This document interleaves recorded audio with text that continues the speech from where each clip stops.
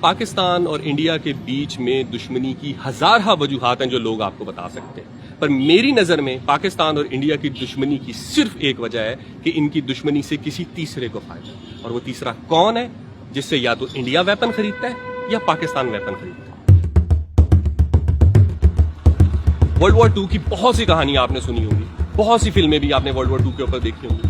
کبھی کسی نے آپ کو یہ بتایا کہ جس وقت ورلڈ وار 2 چل رہی تھی اس وقت بنگال میں 30 سے 40 لاکھ لوگ قحط کی وجہ سے مر گئے، بھوک کی وجہ سے مر گئے، بیماری کی وجہ سے مر گئے، اور انڈیا میں پیدا ہونے والا اناج بھی ان کو میسر نہیں تھا؟ جو ان کی دھرتی پر اگتا تھا اناج، وہ بھی یورپ میں فوجیوں کو سپلائی کیا جا رہا تھا، بنگال کو نہیں دیا جا رہا تھا۔ چلیں اس وقت تو ہم غلام تھے، ہمارے اوپر برٹشرز کی حکومت تھی، ہمارے اوپر اپنے ریسورسز کے اوپر ہمارا اختیار نہیں تھا۔ آج تو آزاد ہے نا پاکستان اور انڈیا، آج ہم اپنے ریسورسز کے اوپر اپنا مکمل اختیار رکھتے ہیں، تو کیا ہم اپنے ریسورسز ہم اپنے لوگوں پر خرچ کر سکتے ہیں؟ نہیں۔ آج مسئلہ یہ ہے کہ پاکستان کو انڈیا سے خطرہ ہے، انڈیا کو پاکستان سے خطرہ ہے۔ اب یہ دونوں ملک اپنے بجٹ کا بڑا حصہ ڈیفنس پہ خرچ کرتے ہیں، دفاع پہ۔ او بھائی 70-72 سال ہو گئے، تمہیں ابھی تک یہ بات سمجھ نہیں آئی کہ تم دونوں جنگ سے ایک دوسرے کو نہ مٹا سکتے ہو نہ نیچا دکھا سکتے ہو، لیکن پھر بھی مسلسل اسلحے پہ اسلحہ خریدی جا رہے ہو، میزائل پہ میزائل بنائی جا رہے ہو، بم پہ بم بنائی جا رہے ہو۔ یار وہ تمام پیسہ جو دفاع پہ خرچ کرتے ہو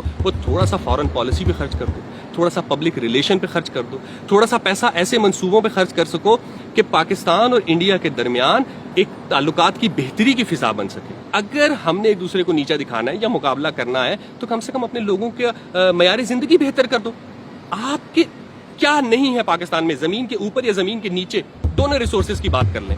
بہترین گندم ہم اگاتے ہیں، بہترین چاول ہم اگاتے ہیں، کپاس یہاں پہ اگتی ہے، گنا یہاں پہ اگتا ہے، کینو یہاں پہ اگتا ہے، آم یہاں کا بہترین ہے، سیب یہاں کا بہترین ہے، ڈرائی فروٹ میں جناب اللہ نے ہمیں اتنا خود کفیل رکھا ہوا ہے۔ بلوچستان چلے جائیں تو سونا وہاں سے نکلتا ہے، تانبا وہاں سے نکلتا ہے، کرومائٹ وہاں پہ ہے، کوئلہ وہاں پہ ہے، تیل وہاں پہ ہے، گیس وہاں پہ۔ اتنے ریسورسز دنیا میں کہاں ہوتے ہیں؟ ہمارے پاس ہیں۔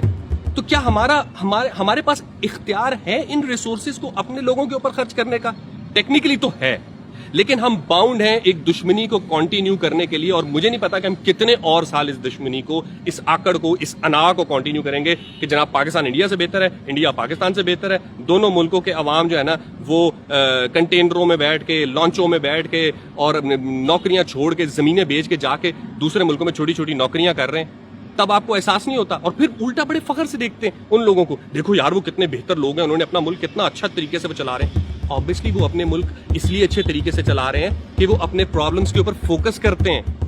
اپنے ریسورسز کو اپنے لوگوں کے اوپر، اپنے معاملات کے اوپر خرچ کرو یار، ورنہ کیا فرق ہے آج میں اور اس وقت میں؟ جب بنگال میں قحط آیا ہوا تھا تب بھی سارا پیسہ باہر جا رہا تھا، آج بھی سارا پیسہ باہر جا رہا ہے۔ آپ ویپن خرید رہے ہیں، بم خرید رہے ہیں، جہاز خرید رہے ہیں، اسکینر خرید رہے ہیں، واک تھرو گیٹ خرید رہے ہیں۔